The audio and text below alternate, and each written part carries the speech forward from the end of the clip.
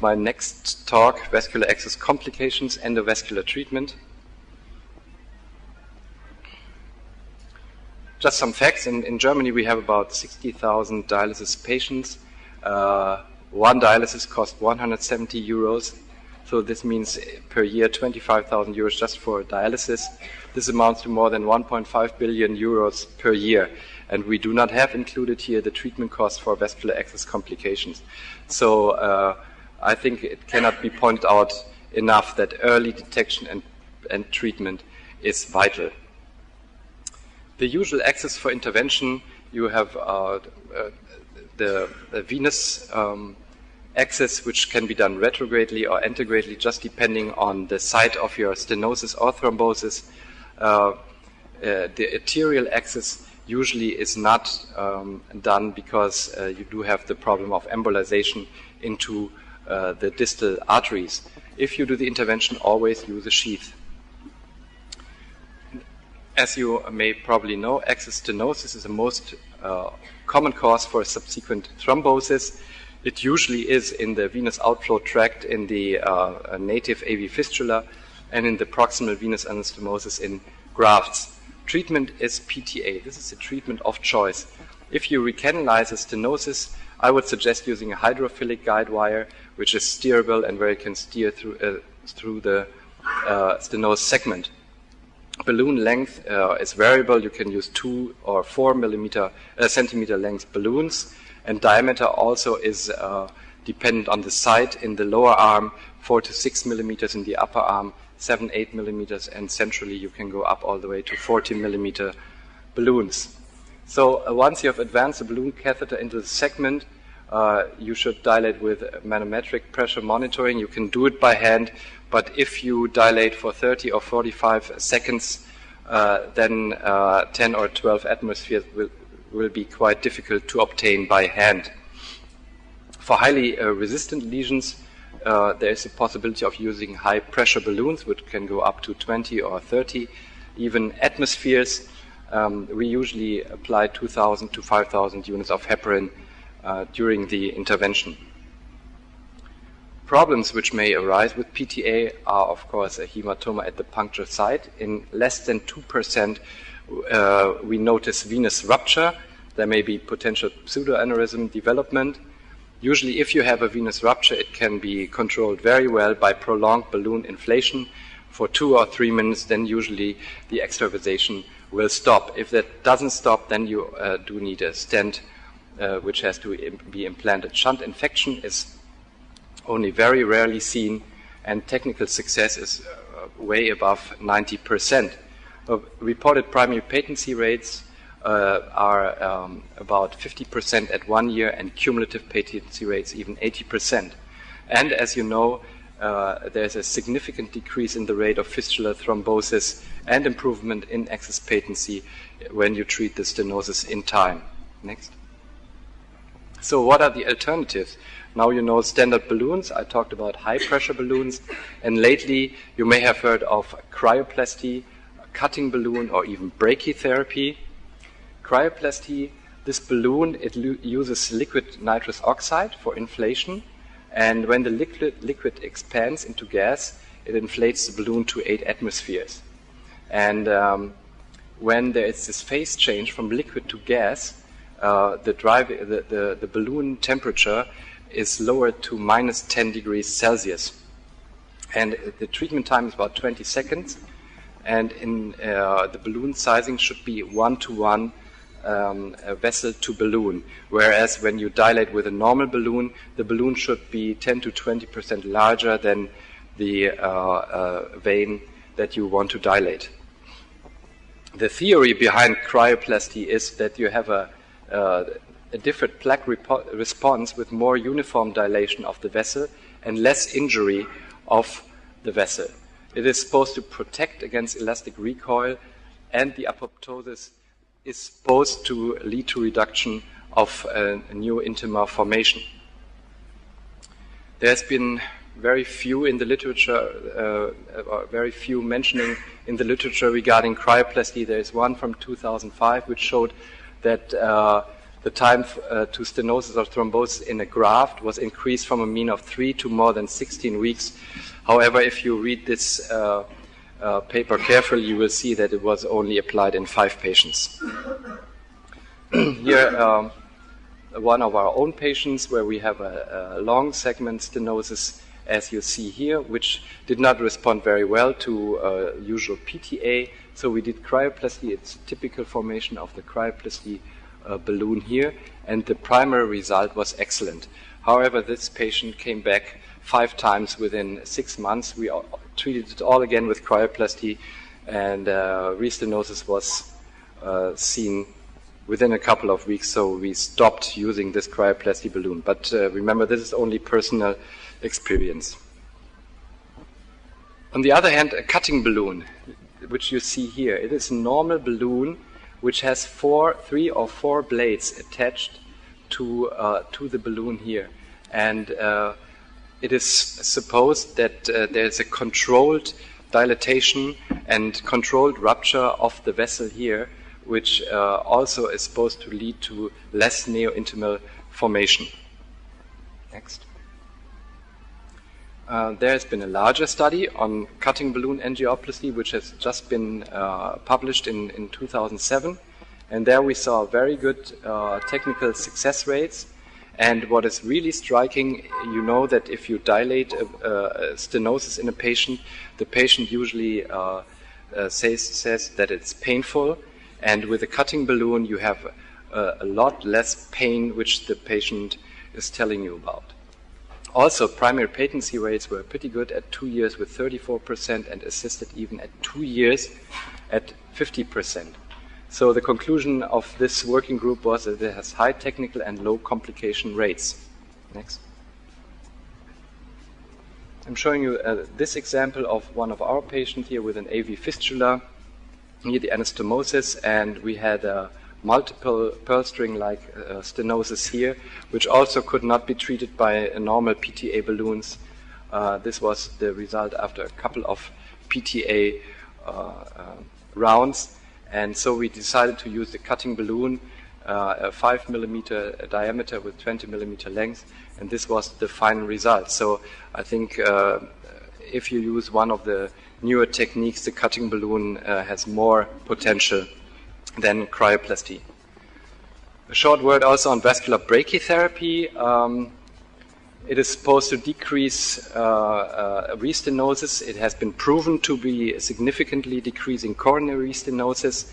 Usually apply 18 gray dose. It is done after the conventional angioplasty, and of course it is a very elaborate procedure. And there has been a large study, the Bravo 1 study, which has been published in 2006, and although 42% of the graft achieved the target lesion primary patency endpoint at 6 months, as compared to 0% of the control group, this did not translate into improvement in secondary patency at either 6 or 12 months. And that's why it was taken off the market. So vascular brachytherapy is dead. Forget about it. Now, from stenosis to thrombosis, there's a couple of things that the radiologist or interventionalist can do. PTA, stent placement, you can do thrombolysis, you can do pharmacomechanical thrombolysis, and you can do mechanical thrombolysis as such. There are different ways of approaching it. If you only do pharmacologic thrombolysis, the typical approach is a so-called lyse and wait technique. Use urokinase plus heparin over a small needle, and you wait for quite a while and do the angiographic intervention 30 to 120 minutes after urokinase and heparin injection. It's also possible to do a high-dose infusion over 60 minutes alone with 2 cross catheters. It is often necessary to treat the arterial plug, which is a resistant plug at the arterial side, and outflow stenosis. It may be necessary to do this treatment in addition. If you do pharmacomechanical thrombolysis, you should know the term lyse and go, which is urokinase plus heparin. You inject it and then you do the immediate percutaneous intervention. There is also a possibility of the so-called pulse spray thrombolysis. You have a greater surface area due to many side holes of the catheter, and you do this vigorously and fast every 30 seconds with a volume of about 0.3 milliliters. Also, if you do the intervention, sometimes massaging the thrombus from externally also does help. But of course, in thrombolysis, beware of the contraindications. Even in dialysis patients, we have not only seen those kind of bleeding, but also this after urokinase application. So when it comes to mechanical thrombectomy, which I personally prefer, because you are able to do the intervention very fast and do not have to wait for a couple of hours until the lysis works, there's different group of devices which use dissolution, fragmentation, or aspiration. The technique is pretty uniform. In native fistula, you usually do need 2 cross sheaths, which should not overlap, so you can treat the whole thrombus. If you have the thrombus close to the anastomosis, you would rather insert the sheath retrogradely. If you have a thrombus in the upper arm, you would insert it antegradely.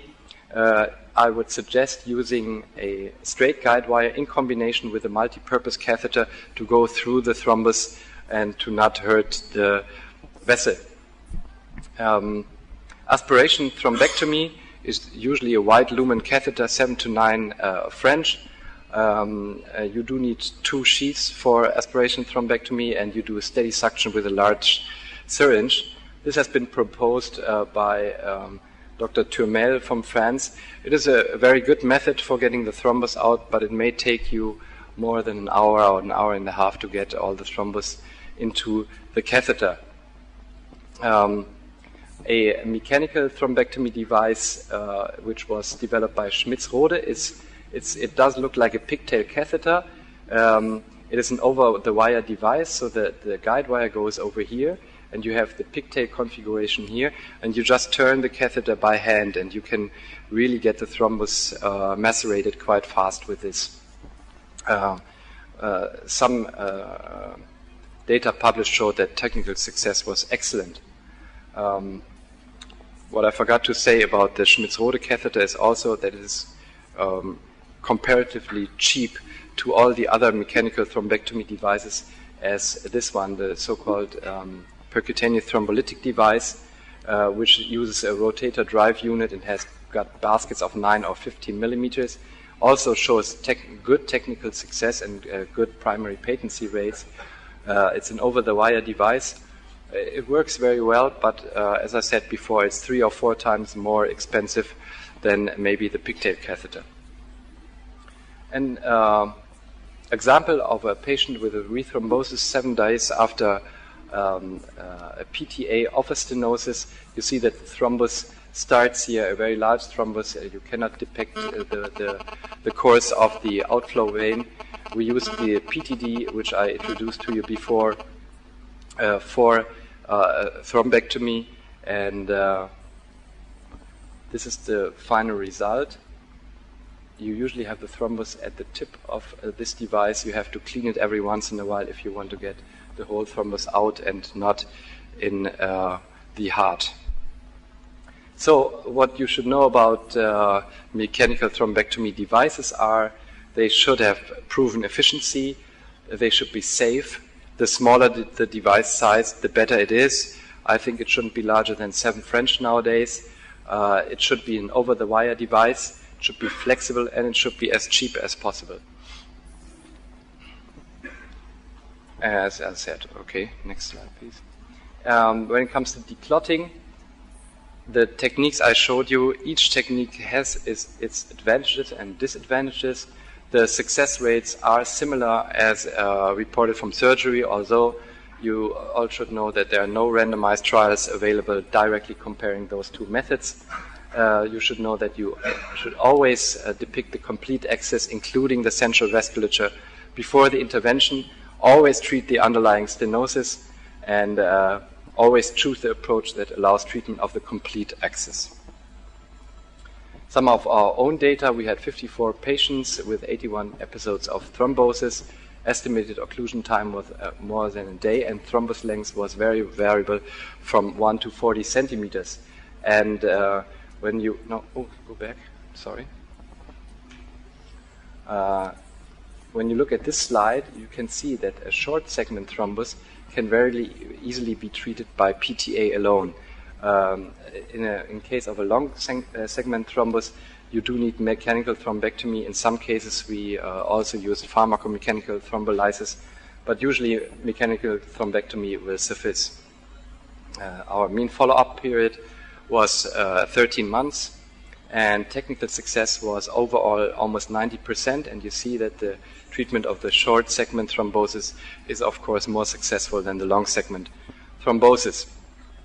Primary patency at 12 months was 26%, which was okay. With re-interventions, you see that the 12-month primary patency can be brought up to over 50%. Of course, we did have some complications, vessel dissections, which can be treated by stent. We did have one embolization into the radial artery, which could be retrieved with a mini basket. We had 27 reobstruction periods, 8 reocclusions within 14 days, and 48 additional interventions were necessary in these patients due to restenosis.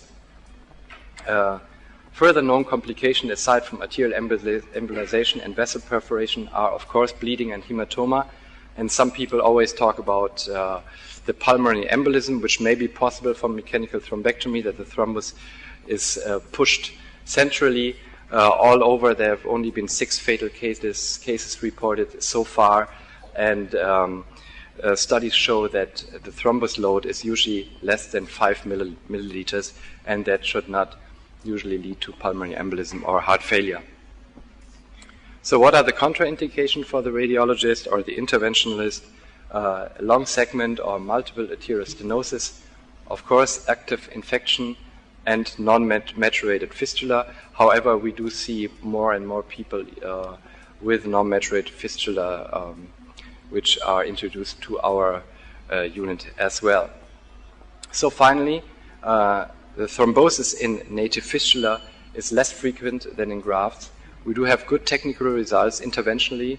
We have a low complication rate. The rates are comparable to graft patencies. You have to be prepared for many reinterventions. The patient will always come back. You can do the procedure on an outpatient basis if this is possible. And which modality you choose, whichever thrombectomy device or pharmacological lysis, this should really be based on the expertise of your center. It has been shown that if you have quite some expertise, the results will be the same all over. Finally, the future. I do think that we still have quite a way to go. Development of better catheters and balloon designs, and even maybe drug-eluting stents, as we know from cardiology, may improve the outcome. And we have some recent examples using laser-facilitated thrombectomy and drug-eluting stents. I'm still waiting for larger results, but I think we can be hopeful that patients will be able to be treated even better than they are in the year 2007. Thank you very much.